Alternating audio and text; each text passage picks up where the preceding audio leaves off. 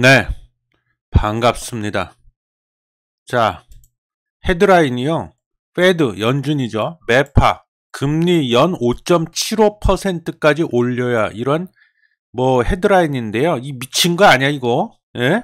이 미친 X 같아요. 보니까는 5.75% 그럼 앞으로 0.75%를 더 올린다는 소리죠. 75bp를. 이 미친 겁니다. 이거 완전히 지금도 지금 지금 몇 프로요? 5%잖아요. 예. 저것도 굉장히 금리 높은 겁니다, 저거. 근데 이거를, 75bp를 또 올려야 된다고 빡빡 좀 우기고 있어요. 예, 미친 것 같다는 생각이 들고요. 예. 옐런은 그러죠, 재무장관. 제가 뭐 지난 영상에서 말씀드렸지만, 그 연준이랑 재무부랑 엇박자로 따로 놀고 있다. 서로 지들끼리 싸우고 있다고 그랬는데, 옐런은 가고 이렇게 완전히 상반된 지금 주장인데, 야, 제임스 블러드 총재는 긴축 통화 정책을 선호하는 매파. 뭔 매파가 이렇게 많어? 예. 매를 굉장히 좋아하는 것 같아요. 그래서 아주 그냥 매를 너무 좋아하다 보니까 매를 벌어 그냥. 예. 이것뿐이 아니요. 또 오늘 아까 기사 또 보니까는 3인자래요. 또 그 양반은 3인자도 또 똑같은 얘기를 했어요. 그 양반도 매파야. 매파적 발언을 또 무지한히 해대더라고요. 예. 자, 그래서 이게 좀 시장의 예상하고는 좀 너무 다르죠. 예, 그래서 지금 여기 보면 대부분은 저도 사실 요 의견에 많이 동조를 한다고 말씀드렸는데요. 시장 대부분, 즉 월가에서는 대다수가 이렇게 보고 있잖아요. 다음 달에 FOMC 회의 열리잖아요. 거기서 그 25bp, 즉 0.25%포인트 올리고 나서 그 다음부터는 쭉 동결로 갈 거다. 대다수가 이렇게 보고 있고 저도 여기에 많이 동조하는 편인데요. 제 의견도 비슷해요. 근데 여기에 완전히 뭐 배치되는 그런 의견이고 이 패드워치 유명하죠? 패드워치에 따르면은 다음 달 FOMC에서 기준금리를 25bp 올릴 가능성이 84.6%다. 이렇게 되어 있습니다. 거의 90% 육박하죠. 그러니까 이 패드워치에서도 거의 예상치를 거의 동일하게 보고 있는 거다. 근데 왜 이 제임스 블러드 연은 총재는, 준비은행 총재는 왜 저런, 좀 튄다고 해야 되나? 왜 저런 소리를 할까요? 지금 이 사람은 굉장히 튀는 발언을 했지만, 아까 뭐 제가 3인자 얘기도 했고, 그리고 지금 파월 의장도 거의 같은 류의 그런 매파적 발언 계속하고 있잖아요. 그러니까 거의 뭐 연준의 공식적인 입장 생각이라고 봐야 될 것 같아요. 예.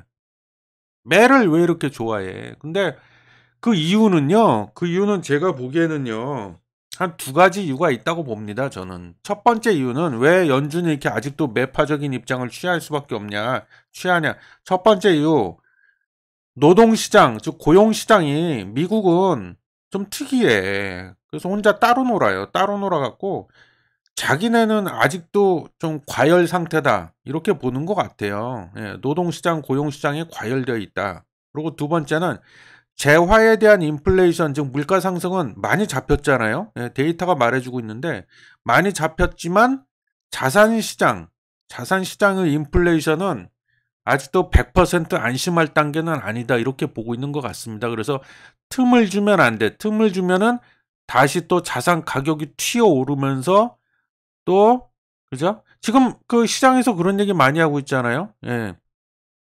연준이 이제 다음 달 지나고 나면은 기준금리 인상 기조를 멈출 것이다. 그러고 잘하면 이제 그 기준금리 인하로 돌아설 것이다. 그럴 가능성이 매우 높다. 그래갖고 많이 출렁이었잖아요. 주식시장도 그렇고.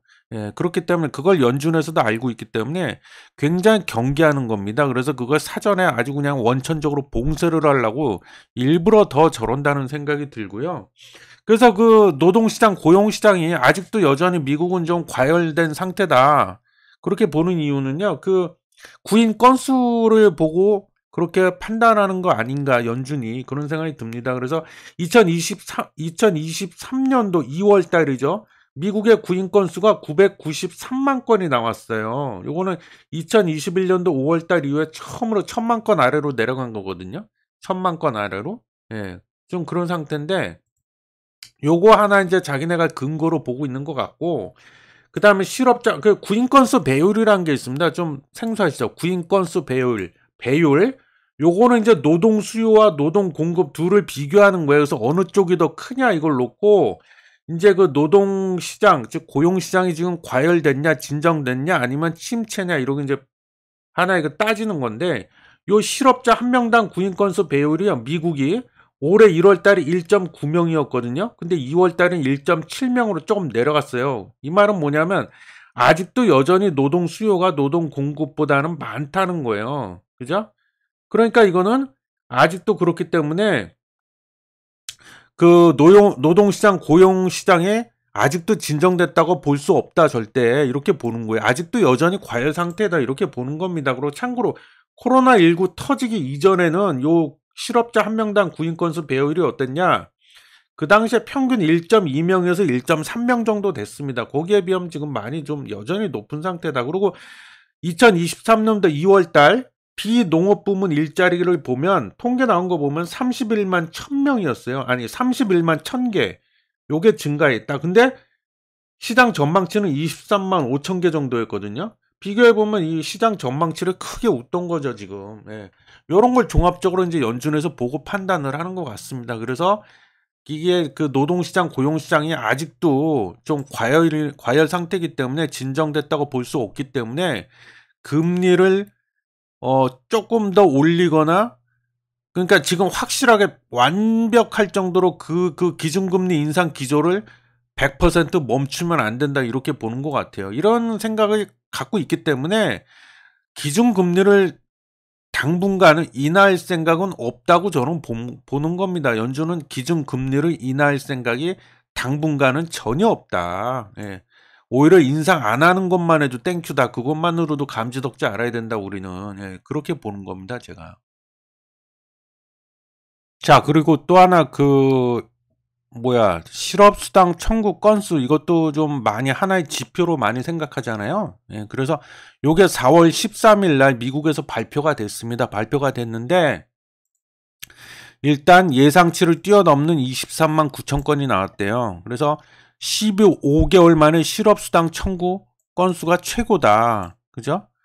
근데 이게 좀 보면은 그러면 야 실업자가 이렇게 많아졌다는 얘기인데 그러면은 경기 침체가 지금 올 수도 있으니까는 연준에서 기준금리를 이제 내릴 수도 있겠다. 뭐 그렇게 일부 생각할 수도 있는데 이게 아직은 그 정도는 아니다. 지금 이런 얘기예요. 여기 나와 있는 그 기사의 핵심은. 저도 뭐 같은 생각이고요. 아직 그 정도까지 이게 청구 건수가 15개월 만에 최고라고 해서 23만 9천 건이 났다고 해서 아직 그 정도까지는 아니다 저는. 그래서 여기 보면 참고로 뭐 이게 뭐 100% 진리다라고 말씀드릴 수는 없지만 대체적으로 경제 전문가라고 하는 사람들은 이 청구 건수가 27만 건을 넘길 때 경고 신호로 본다 뭐 이런 얘기가 있네요. 예. 근데 요것도 좀 참고해 볼 만하죠. 그래서 전체적으로 그렇다 그래서 지금 연준은 그런 생각을 아직도 갖고 있다. 노동시장, 고용시장에 대해서.